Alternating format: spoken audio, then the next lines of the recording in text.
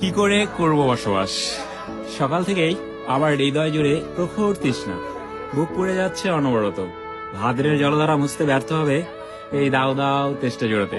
বনপড়া সিংহলা হরিণের মতো অসহায় থাকাই দিগুনি চলছে এক মরুপথে। নেকড়ের মতো খেকে ওঠে রোদ আমাকে ভাবছে কাবাব রূপে। দু চোখে ক্ষুধার্ত পশুর জটর জ্বালা, পথে পড়ে তার ঘোড়ার কঙ্কাল, দুঃখ গাছের ডালে ঝুলন্ত বেজর সাপ, বাড়িতে লুণ্ঠিত পুরো রক্ত চিহ্ন পোশাক, আর অতিকায় মরু কাতলা আমাকে ভয় দেখাচ্ছে। হোঁচট খেয়ে বারবার বাড়িতে মুখ তুলতে বলি। আমার চোখের তৃষ্ণা আর বুকের তৃষ্ণা একদিকে আর্তনাদ করে মরা নদীর মতো। আজ তোমাকে দেখার সঙ্গেই হৃদয়ের দুকুল ছাপে যে গোটে তৃষ্ণা নিবের জলবায়ুতা। আমাদের দুজনে দুটি হাত পরস্পর চুম্বন ধারে ভাসতে দেখেছে। আমার মুখে আনন্দ সে ঝাপটা দেখতে মুগ্ধ হলে।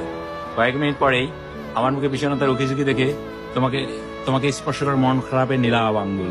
তুমি আমার বিষণ্ণতার উৎস জানতে চাইলে আমি আমার অসুস্থতার কপট উচ্চারণ করি।